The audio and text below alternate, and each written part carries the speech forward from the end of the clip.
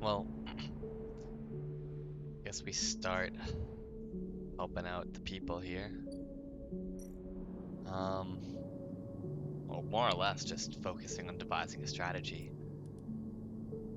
I think figuring out the even though there's less to complete here in comparison to the evacuation action, I think this is going to be a more difficult one. I think that's going to be multi-pronged because we're only getting a strategy. We're not even doing anything. We're just creating a strategy that we have to complete within the 12 days. So let's try and make this strategy work. Boom. Okay. Let's re-roll. Oof.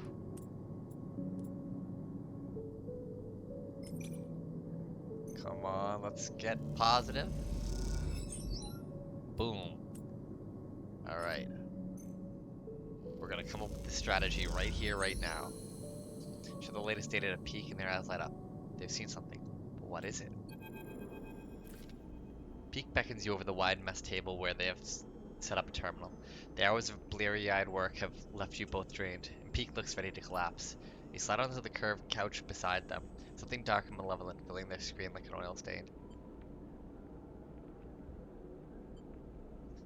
I need to sneeze, but I can't. The Shadow Protocol. Not quite. Peak's eyes seem to glitter in the screen light. This isn't what you think, Sleeper. Not by a long shot. You look again at the screen, leaning in close to the dark, curved shape to see its texture. You see whirls and currents like a river, a dark flow unlike the Shadow Protocol's dark tangle. You know exactly what this is. You have swum in this river, almost drowned in the shifting flow.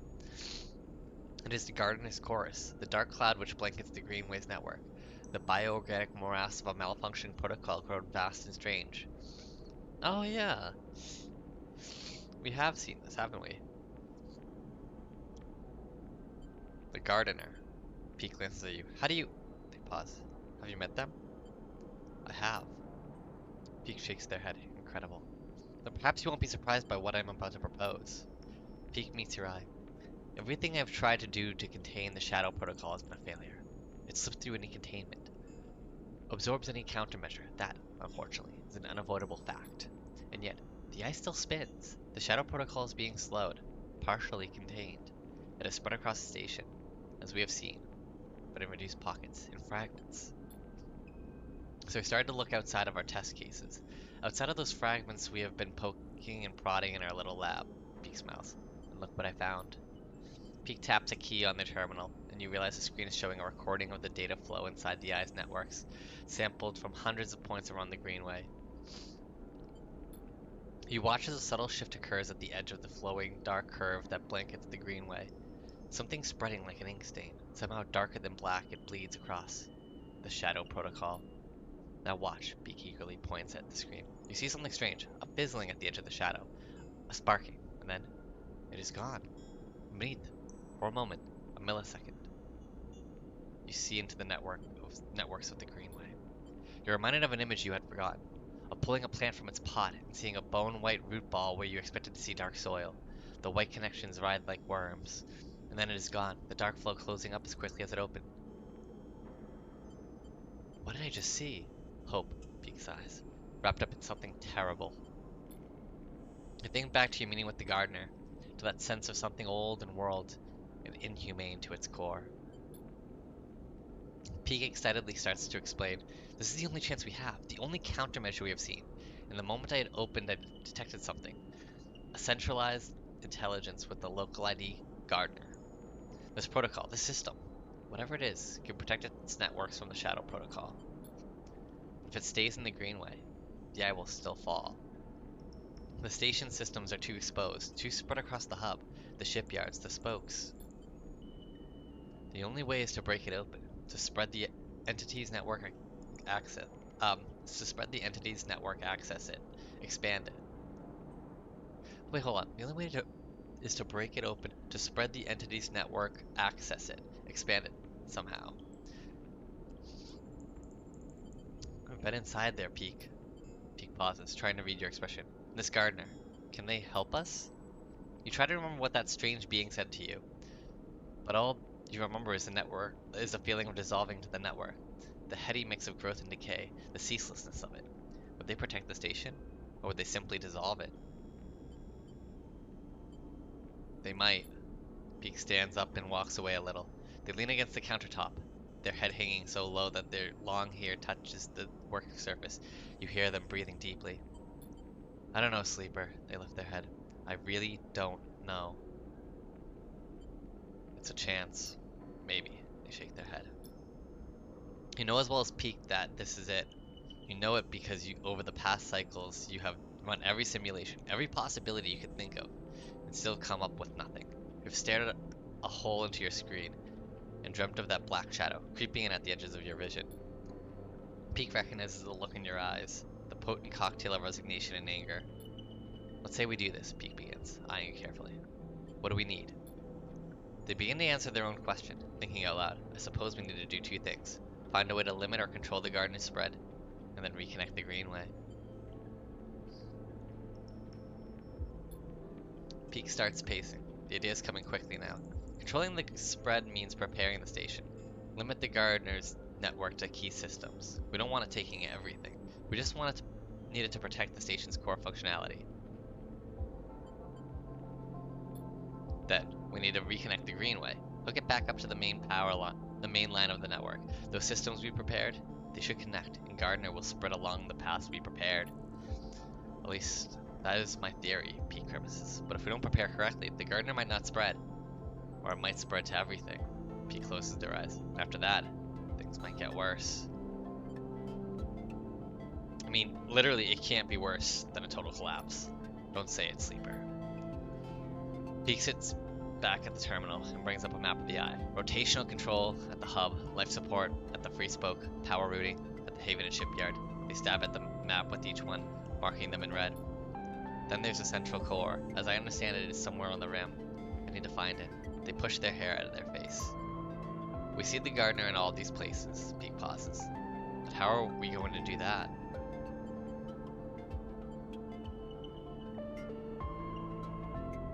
We see the gardener.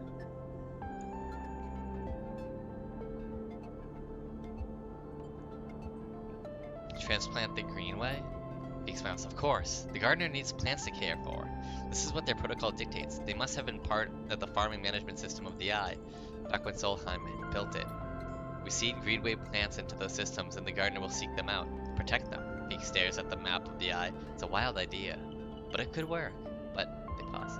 We'll need a way into those systems. Havenage will have most of them locked down for safety purposes. We can't just walk in. I know a guy. Peak raises an eyebrow. Someone in the Havenage system team? The Havenage systems team? You nod. After everything he dragged you through, you feel like Fang still owes you. Oh shit, Fang. Time to pay him a visit. Okay, well, Peak looks at you sideways. I guess we should pay him a visit. Lead the way. You both leave the ship, carried forward by the excitement of the plan, and an eagerness to not look at the details too closely. You push any lingering questions to the back of your mind. Time to head to Fang's Bay.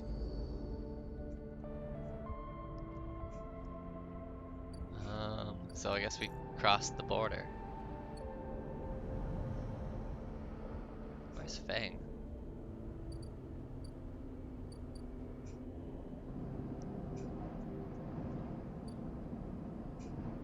Where the fuck is Fang?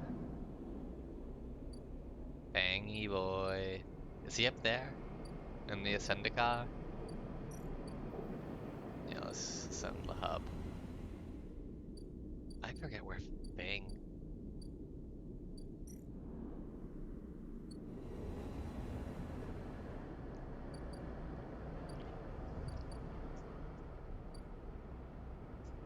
Where the fuck is Fang? Caster's table.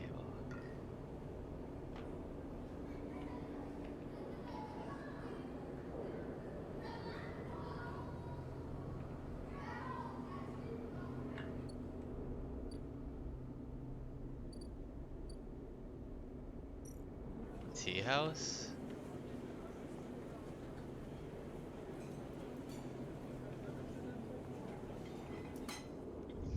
Where the fuck is Fang? Oh yeah, Talos bar. Oh, we could cook some grill caps. I only have one though, but that's actually good to know. Scrap allowance, huh? I can always buy scrap. That's actually good. Handy.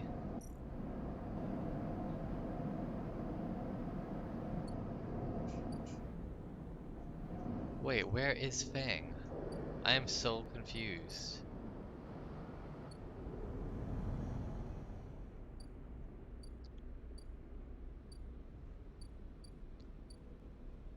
Am I? Where? That's just my house. The house that I just use or whatever.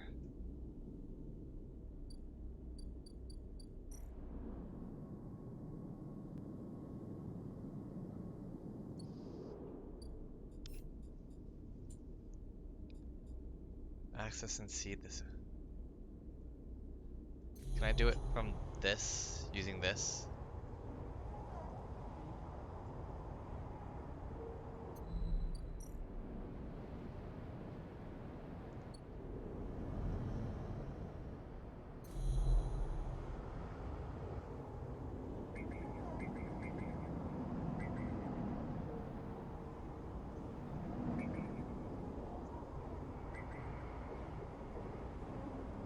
I literally have no idea where the fuck to go. Wow, look at all those completed shit I did. Maybe I do them tomorrow. Maybe I can talk to him tomorrow. I don't fucking know. It's weird. Let's just at least help Pilgrim Seed. Oh, they're both dangerous? We can at least help them. Birth refitting, huh? Okay.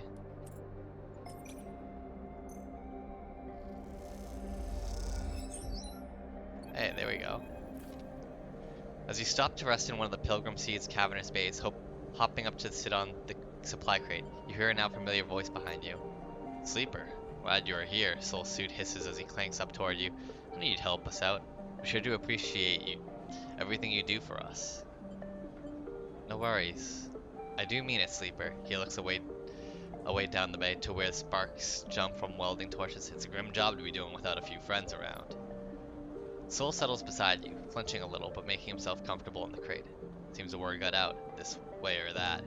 He nods toward the welders a little ways off, one of them wearing shipyard overalls. We've had people flowing in from the eye, looking for a place. In truth, it's more than I thought, Soul sighs, which means more mouths to feed, more bodies to house, more people to protect. We do it? Soul frowns. We'll do what we can, as always. I'm not sure any of it can be enough. He looks down. We're supposed to stay here, not keep running. Soul waves away the thought. Don't listen to me. He gives you a sideways glance. Just a tired old man, he stretches. I have something to ask, though. Something new? He shakes his head. Not so much. Old matters, mostly. With all these evacuees, well, we need to change of plan. He shrugs. Pilgrim Seed can't do it alone. We need the others to help out. We can carry them, house them, but that's all. Now, you settled down the folks from Umber Step and they sent us supplies grown in these dust houses of theirs. If we could get more, he nods to himself. And the Song's crew, he rubs his chin. What we need from them is scouting and security. We don't need that docking access of theirs, but with some careful scavenging, they could be our fleet. These folks, they know you, Sleeper. You earned their trust already. He put a hand on your shoulder. I sent my requests out, and they seem to be complying. But I need you out there making sure the work gets done. Time is our greatest enemy now, Soul stares into the distance. I need you out there speeding things up. Of course. Alright then. He climbs off the crate, his suit hissing as he does. Think of it this way. Either way, you won't have to deal with much longer. He smiles, his uneven smile. Unless, of course, you're planning to come along for the trip. I don't know. Soul winks. I'll leave it with you. Soul waves a hand and starts off towards the bay's entrance, the crackling sound of the welding quickly covering up his clanking suit. You watch the workers, the shipyard contractors chatting among them, already looking like he belongs. You push through the thoughts of escape, of home, and of the future to the back of your mind and get up. There's always more to do. You better head to the other ships in the flotilla to see. Okay, so. Ah, shit.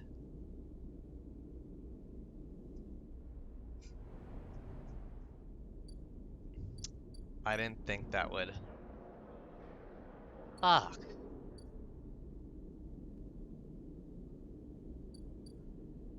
Oh. Let's talk to Peter, I guess. The docking axis is in chaos when you arrive. The staccato bursts of welding torches, the shouts of crews gathering, the rapid flow of supplies and kit from dock to dock. You can tell already the news of the flotilla's imminent departure has reached this place before you. Come to join the Exodus, sleeper? Peter approaches you from one of the working crews, a smile on his face and a lightness in his step you haven't seen before. What's happening? Peter gestures to the cast. The singers are rising, sleeper. Peter eyes you. I suppose you're here on Soul's orders again. He winks at you. Nothing Ember's Hearth like to do more than ordering people around. I am here by choice. Fair enough.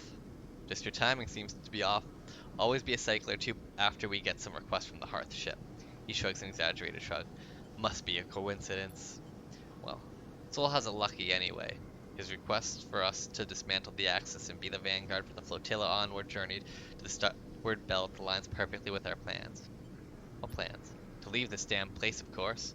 We've been prepping ever since the cordon collapsed. If we can build our escape and make the Hearth ships think we are complying with their orders at the same time, it's 2 in 1 for us. Peter shakes his head. Those idiots will never see it coming.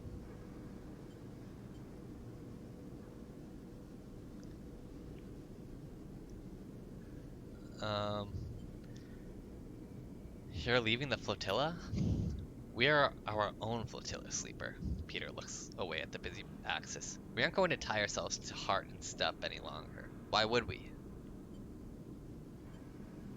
I understand. Peter nods firmly, as he should. Peter looks down. Look, nothing against you or yours, sleeper, but we have to get out from under the shadow of Step and Song. And this is the time. Peter grimaces. We won't let the flux catch us again. Not a chance. For the first time you see fear in his eyes. Want to help us make that leap? Grab a torch. Talk to a crew. You're welcome to it, Peter says. Every person here is free to prove themselves. Let's see. Peter nods. Just a stop on the road, sleeper. I'm afraid that's all this was. Peter glances out past the docking axis, through the outer windows to the stars beyond. A lot of space out there for those willing to take it. He looks you in the eye. I hope he'll be around when we go, but if not, he smiles, stay strong. With that, Peter thumps you on the shoulder and heads back to his crew, with a purpose, a new direction visible in every step of his rapid stride. Talk to Aki. I knew you'd come. Aki greets you outside the dust house, her eyes as bright as always. You are very welcome here, as always. What are you working on? Aki puts a hand on your arm. Walk with me. She guides you past the dust houses. You look inside and see other members of the crew working in the orange dust, planting and tending to the steppe ecosystem. We are to be the suppliers for the evacuees. I am sure you have heard. We will put the dust houses to use. She leads you past a dust house where the dust is less. The orange glow not as bright. The air a little more clean. We are adapting. Slowly, but we are adapting. We have to produce food, clothes, necessary things for the journey ahead, she smiles. The plants of steppe are once again sustaining a population. That makes me proud. Aki stops at a half-empty dust house, scoured on its sand, and it's being filled with mulch. We brought this from the Greenway. She stares at the green and brown, a strange sight even to you, now that you are used to the amber dust of steppe. I admit, it is hard work for us. We're not familiar with these plants. Can you help us? Aki meets your eye. I will do my best. Aki looks away. Of course. I am sorry, she furrows her brow. I know that the eye is suffering. That it is at risk. I know what it is like. Thank you. I wish I had a blessing to share with you from our loss on steppe, she shakes her head. But for the moment I cannot see what that might be. She gathers herself. If it gives you meaning, the work here is steady and worthwhile. But if you do not have time, she smiles a weak smile. I will not blame you. Hold on to your memories, but not too tightly, she pauses. Sadness will not sustain you. She falls silent and you both watch the work in the dust house for a while. You can already see a greening fringe of moss on the mulch in the dust house. the first sign of new life. Will you soon be like the people of Steppe leaving behind a home? Or will you be stubborn and hold your ground, despite what it might mean? You wait a little longer with Aki, the moment of welcome suspension in time, a rare moment in this rush toward an end. You glance at Aki and she puts a hand on your shoulder in solidarity. After a short while, Aki sighs. It is good to see you, sleeper. Perhaps we will see each other again before we depart. She walks away, fingertips brushing against the glass of the dust house windows. Aki turns back for a moment, as if she wants to say something, thinks better of it, and turns away. So now we have to do shit for both of them, don't we? So okay, this one is actually pretty involved as well. They're both very involved. But I gotta go Betty bye time. And we'll... Oh, the next Flux event. We'll go Betty bye time. I gotta talk to the guy from fucking, the Yadigan guy or whatever. Okay. Where do I go to talk to him, though? That's the question. That's the question that really fucking bothers me. Here's all Greenway stuff. But they're not on Greenway. They're somewhere around here. Spoke transport. Is it the Mini G? The Mini G? Nope. Yet again run Tea House.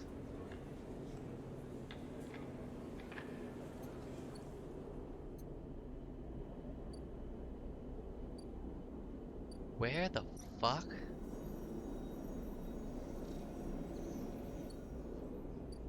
Where do I...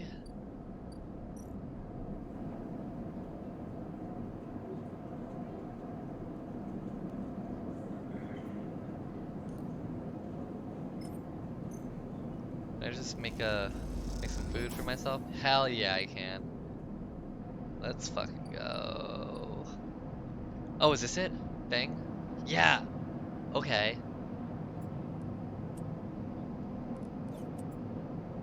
Fang is in the bay, and no one in the offices upstairs seem to know where they are. Your lone clue is an out to lunch note. We'll find Fang. No, easy peasy. I'll keep searching. And we'll search a little more.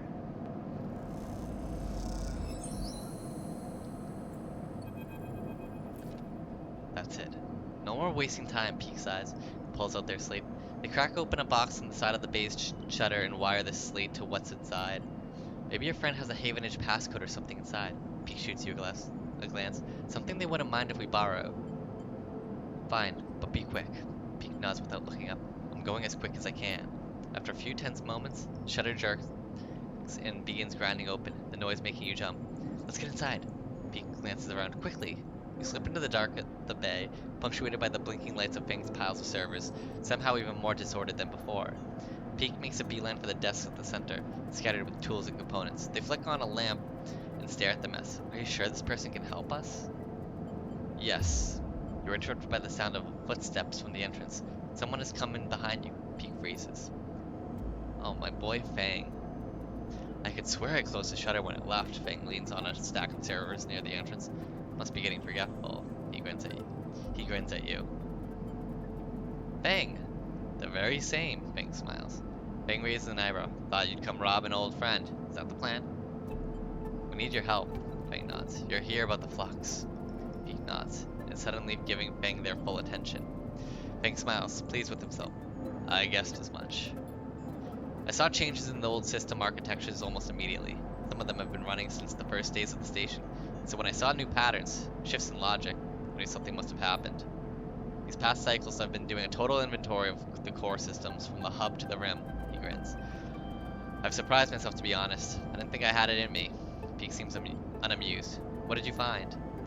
Fang sighs. That's the thing. There's something all twisted up in the systems and protocols. But every time I look at it, it disappears. Peak finishes. Fang turns to you. Do you always do that? Peak ignores him. It's a shadow protocol. It makes itself somehow makes It masks itself somehow, fitting into the gaps between the systems in the negative space. It is slowly filling every system in the station, slowly taking over, and we need to stop it. We need to grant us access to all the core systems of the station, rotational control, life support. Yeah, just give us random life support for everyone in the station. Fang holds up a hand. Whoa, whoa, whoa. Slow down there. I don't even know your name. Fang shakes his head. And you're asking for the keys to the castle? Can't be done. Fang, it's me. Fang pauses and glances between both of you. How long have you known this one, Sleeper? I know I owe you, but I also know you trust too easily. Sorry to say it. Pete cuts in. I can vouch for myself. I came to the Eye on the run from the XPR colony Hawthorne, with the intent of keeping running until we hit the Starward Belt. But since I have been here, I've done everything in my power to protect this place. I have helped to stabilize the refugee flotilla, to investigate the flux, to identify and make a plan to purge the Shadow Protocol from the station's subsystems. Meanwhile, Havenage has done everything to stop and slow these actions. I have proven myself as a friend to the people of the station, not the administration, many times over, and I will not be doubted by someone who wears the badge of this corrupt administration. Peak fixes Fang with a hard look. Fang looks down at the Havenage jacket and shrugs. This is all I have in my wardrobe. Look, I have no love for the council either, friend. Look, I have no love for the council either, friend. But someone has to run this place. And that someone is me. Fang walks over to the workbench where you were both standing and digs a slate out of the pile of tools. You want to prove yourself? Show me. Pete grabs the slate, and you recognize the tangled form of a flux node on the screen. Pete immediately starts tapping away at it, his tendrils unwinding, and the shadow, just slightly delayed, slipping out of sight. Fang leans in. Interesting, he says to himself. Before long, Pete has unfolded the system completely, and it lies splayed out like an unwound ball of string. At the center, with nowhere left to hide, is a dark stain of the Shadow Protocol, visible for all to see. What now? Fang asks, his eyes fixed on the screen. How do you kill it?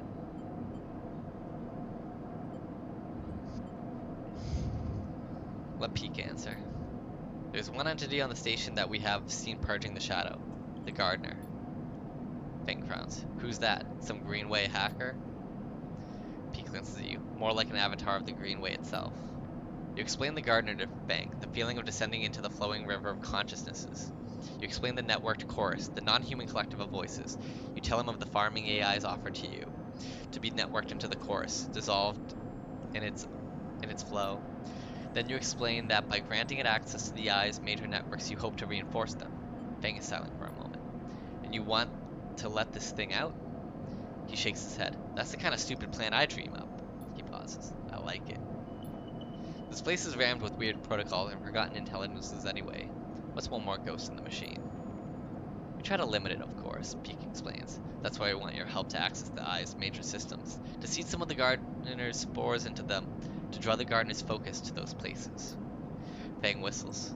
The way we save the Eye is by growing mushrooms in all the server stacks. He glances at you. Sleeper, congratulations. You found someone weirder than you.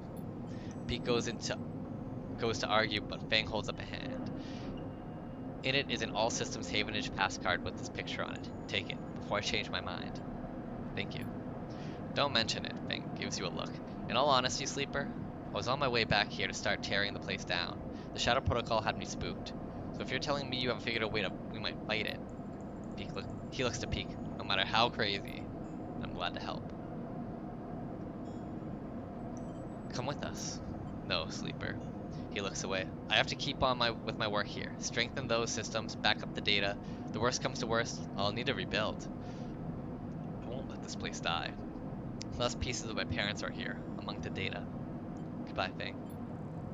Fang embraces you firmly. Stay safe, Sleeper. You take the card and leave the bay with Peek. Once you're outside, they stop you. We should split up, Peek looks worried. We've wasted enough time as it is. Head to the facilities in the hub, the free spoke, and the far side of the shipyard. Seed the Gardeners there. I'm going to find some of the hub, the free spoke, and the far side of the shipyard. With the core center somewhere through. Send you a message on your slate when I have something. Good luck. They squeeze your shoulder. You exchange fearful looks. You know, deep down, the Peak isn't sure this will work, but they have decided to act and to move with confidence. For that confidence, you're very thankful.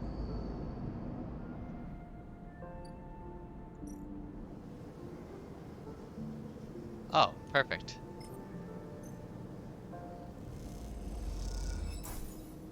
Good thing we were getting spores, I guess. Now it must grow. Okay, so it's gonna take 3 days to grow at all of these places.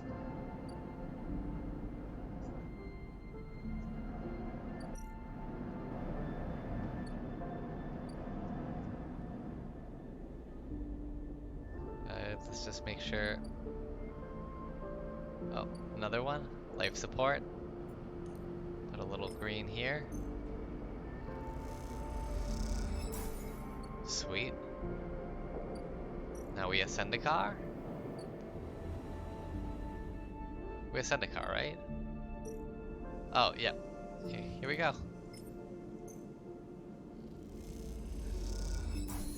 Good thing we were doing that.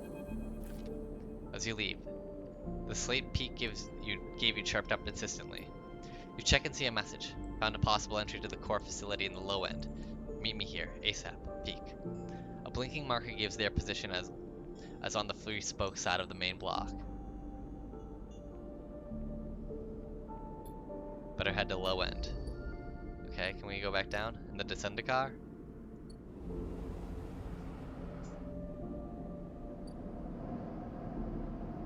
The low end theory. Where do we go? Isn't this the low end? Smart fabricator, amphistol, paired unit. Oh, it's here. You arrive at the coordinates given by Peak's slate, a rundown but active corner of the low end, where a short glass-roofed alley turns off from one of the main thoroughfares. You wait in the mouth of the alley, leaning against the wall and watching the street life go by.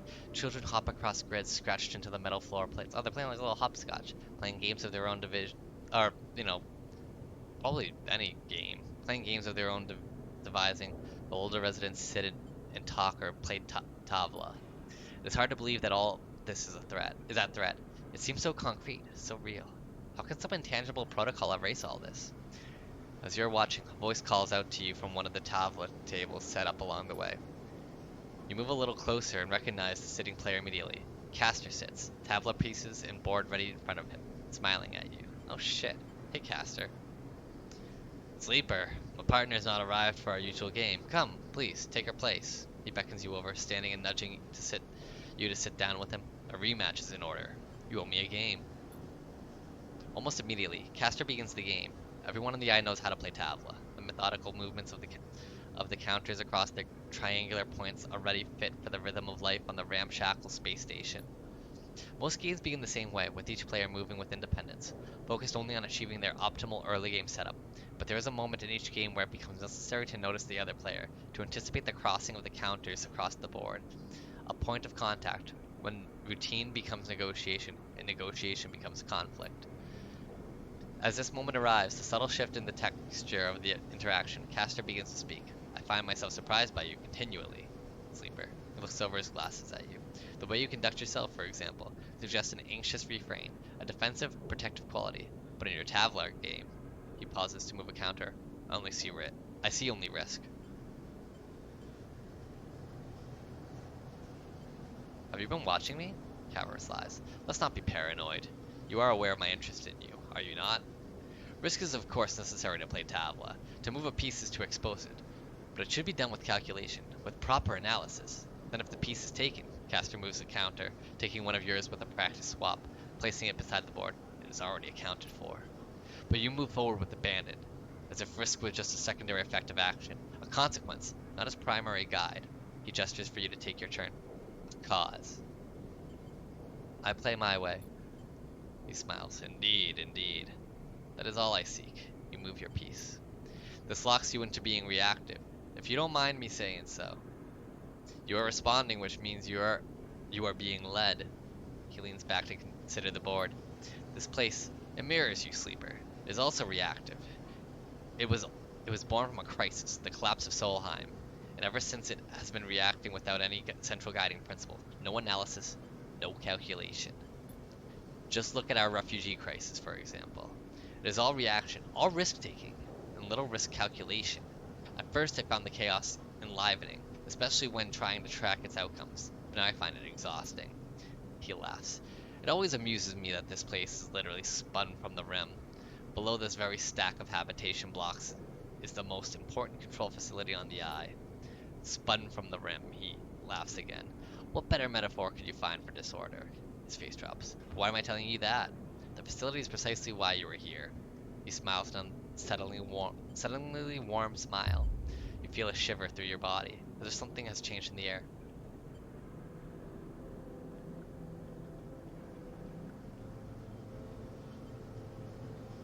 How do you know about that?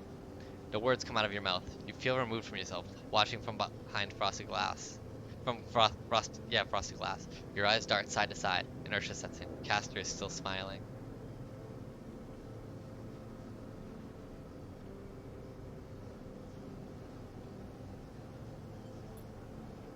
The risk you are planning to take here, Sleeper, is not yours to take. Castor's tone is unshifted. He speaks as if this is still some casual conversation between passing acquaintance. You are leaping towards a chaotic outcome with no respect for risk. You see, calculating outcomes, that's my specialty. That's why I'm here. I was hired as a conduit for risk, as a collector of data that might pertain to its arrival. He removes his glasses to clean them. You see something flickering across their surface, a shimmering stream of characters. The system, this station, is already theirs. Solheim's collapsed meant a corporate fire sale. Assets change hands. My employers, Senate Stat, bought out the entire system, and for the past decades have been its one valid owner. He polishes his glasses diligently. But to possess this system, the H1 system, he pauses, Helion, to you, well, that is a matter of risk, of how much force, how much cost, how much conflict the clearance would take. He replaces his glasses. That risk must be calculated against a favorable outcome. In short, how much is this place worth to us? For a long time, the answer was nothing. H1 could offer nothing that would warrant the risk. The markets change, the demands shift. In Senate Stat, we analyze. We follow, we respond. He puts his glasses back on his face. H1 is about to become the most important system in this part of the galaxy. He glances around. The lone can channel operating within range of 7 or so newly surveyed resource-rich systems. The frontier town that feeds the gold rush, so to speak. So here we are, reevaluating the risk, reclaiming our property, starting up the can channel and clearing the way for what comes next. He gestures back, looking at the board. He gestures, your move. Senate Stat is causing the flux? You manage to force out the words. Castor looks a little surprised. Senate Stat is acting to reclaim their property from illegal occupation, to re-establish H1 as a foremost colony of the surrogacy program. Of course, I do not need to explain myself to you, but in the role of as an analyst, in my calculations, I see great promise in you, in your ability to enter systems, to shift them to your will. This is crazy that Senate Stat's actually... So, it seems like Senate Stat is the one that, like, implemented the Shadow Protocol to... Basically, because, like, Solheim owned the Eye at first, but then that company went under, and now it's kind of like... It's kind of like we have squatters within the Eye, and Senate Stat wants to have more control over this galaxy, over the Helion 1.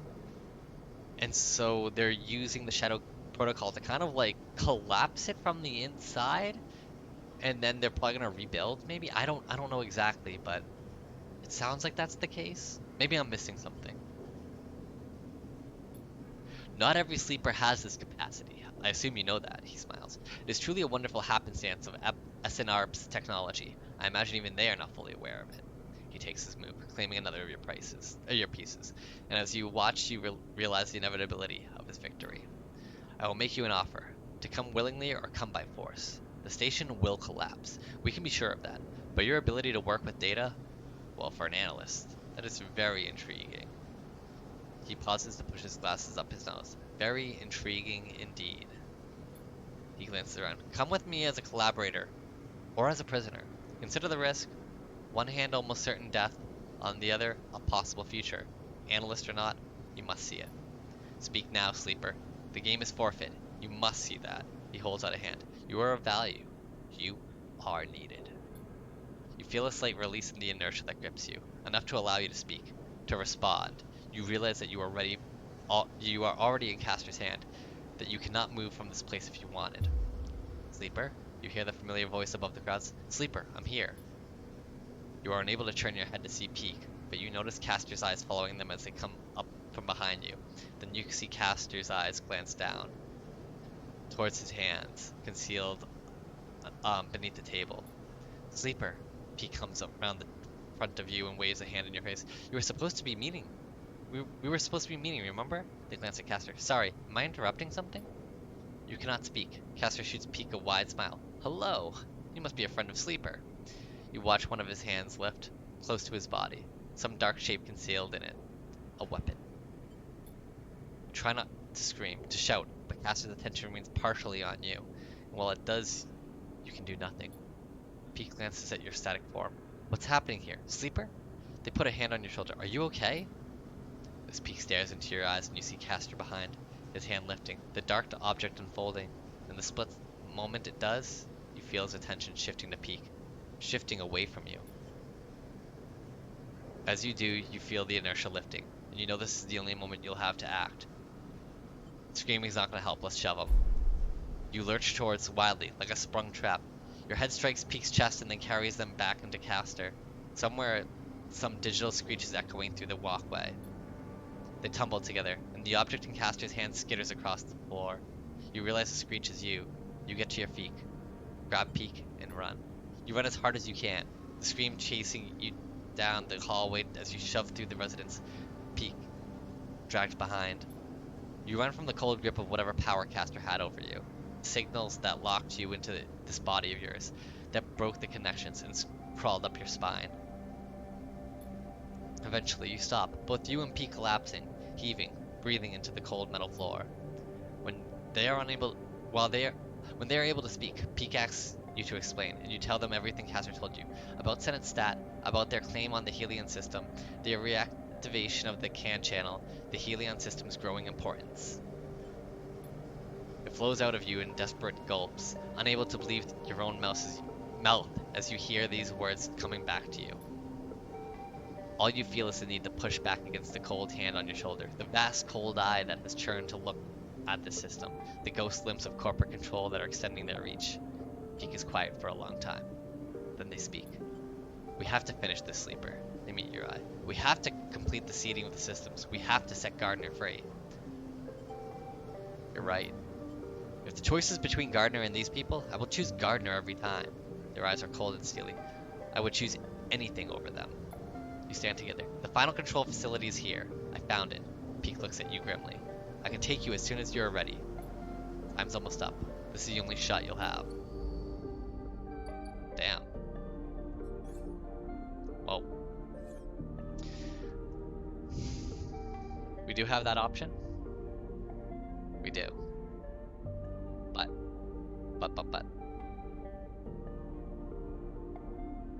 We'll have to save that for next time.